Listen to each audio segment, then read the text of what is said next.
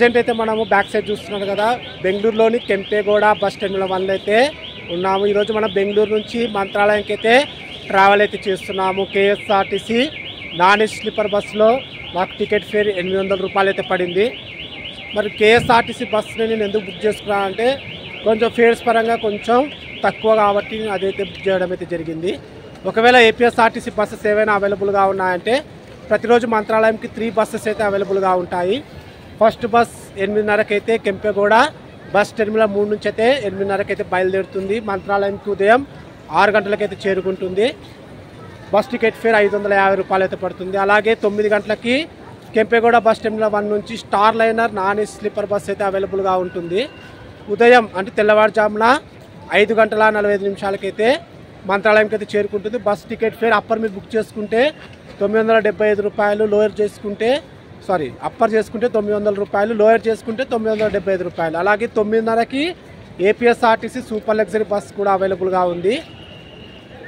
ఉదయం 6 గంటల 25 నిమిషాలకైతే మంత్రాలయం అయితే చేరుకుంటుంది. బస్ టికెట్ ఫేర్ 725 రూపాయలు అయితే పడుతుంది. మనం వెళ్ళే bus non AC sleeper bus అంటే నార్మల్ కేఎస్ఆర్టీసీ బస్సు, పల్లకి కాదు, అమోఘ వర్ష కాదు, నార్మల్ ఏసీ బస్సే, నాన్ ఏసీ స్లీపర్ బస్సే. కానీ మన ఏపీఎస్ఆర్టీసీ బస్సెస్తో పోలిస్తే కొంచెం ఫేర్స్ అయితే తక్కువ ఉన్నాయి. అలాగే మంత్రాలయంకి నాన్ రిజర్వేషన్ పర్సన్స్ ఒకవేళ వెళ్ళాలనుకుంటే బెంగళూరులోని కెంపేగౌడ బస్ టెర్మినల్ 3 నుంచి అయితే నెంబర్ ఆఫ్ ఎక్స్ప్రెస్ బస్సులు అయితే కేఎస్ఆర్టీసీ వాళ్ళు అవైలబుల్గా ఉన్నాయి. టికెట్ ఫేర్ మనకు 560 రూపాయలు అయితే పడుతుంది.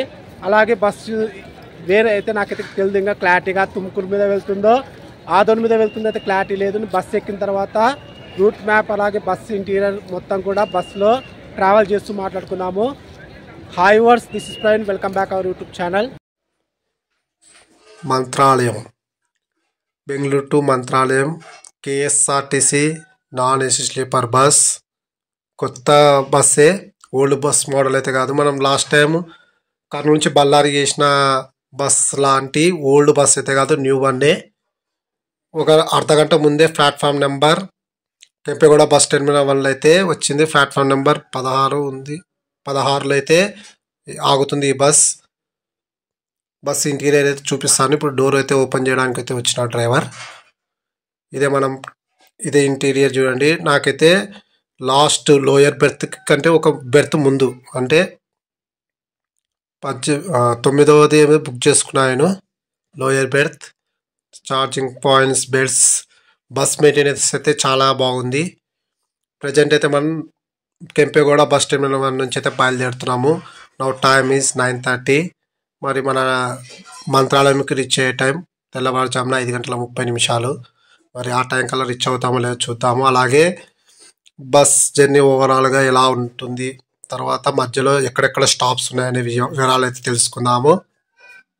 ఈ బస్ ఎలా వెళ్తుందంటే వయా అనంతపురం, గుత్తి, ఆదోని, పత్తికొండ, తర్వాత ఎమ్మిగనూరు మీదుగా మంత్రాలయంకి అయితే చేరుకుంటుంది. మన బస్ అంతా కూడా రిజర్వేషన్తో ఫిలప్ అయిపోయింది కాబట్టి అందులో నేను ట్రావెల్ చేసే శనివారం రోజు టోటల్గా ఫిలప్ అయితే అయిపోయింది. మీరు శుక్ర, శని, ఆదివారాల్లో ఖచ్చితంగా రిజర్వేషన్ ఉంటేనే ట్రావెల్ చేయడానికి అయితే రండి. ఎందుకంటే అన్నీ కూడా రిజర్వేషన్ అయితే బుక్ అయిపోతూ ఉంటాయి. ఒకవేళ మీరు శుక్ర లేదా ఆదివారం ఈ 2 డేస్లో మీరు రిజర్వేషన్తో ప్రయాణించాలంటే, ఇప్పుడు నాకు పడింది శనివారం బుక్ చేసుకుంటే 800 పడింది. అదే శుక్రవారం లేదా ఆదివారం మీరు బుక్ చేసుకుంటే 100 రూపాయలు అయితే ఛార్జ్ ఎక్కువైతే ఉంటుంది. ఈ విషయం అయితే గుర్తుపెట్టుకోండి. అలాగే మన బస్ అయితే సిటీ అవుట్ సైడ్ నుంచి అయితే బయలుదేరుతుంది. Let's start our journey.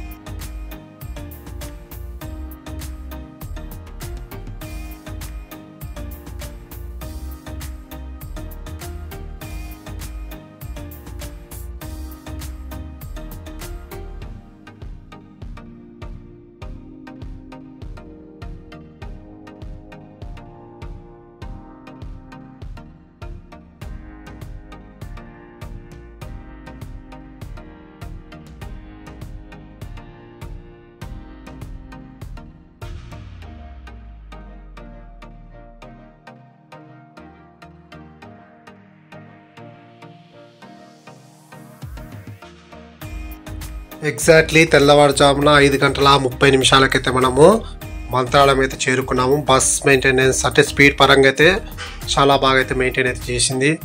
నాకైతే హాయిగా నిద్రపోయినా కాబట్టి కొన్ని చేంజింగ్ వీడియోస్ అయితే చేయలేకపోయాను. వీడియో నచ్చితే ఖచ్చితంగా లైక్ అయితే చేయండి. Thank you.